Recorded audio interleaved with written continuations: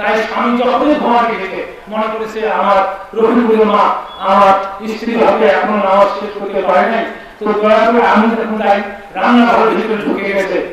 শিশুর পিতা ঢুকিয়া হারে চুলার দিকে দেখিল জ্বলন্ত আগুনের ভিতর শিশু জ্বলতে লাগিল। হেন কালে শিশুর পিতা বাহির হইয়া ছুটিয়া যায় আগুনের বিবরণ। ঈশা নবীর কাছে কয়, ঈশা নবী এই শুনিয়া তার বাড়িতে আসিলেন। মন্থর গতিতে নবী রান্নাঘরে ঢুকিলেন। বিসমিল্লাহ বলিয়া নবী চুলার ভিতর হাত দেয়।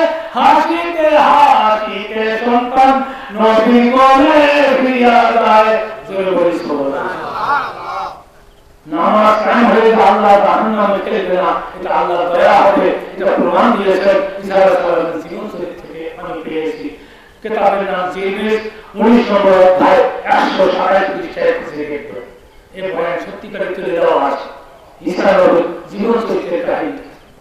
কাজে যারা নামাজ কায়েম করতে পারবো আল্লাহ জাহান্নামের আগুন থেকে আমাদের রেহাই দিবেন।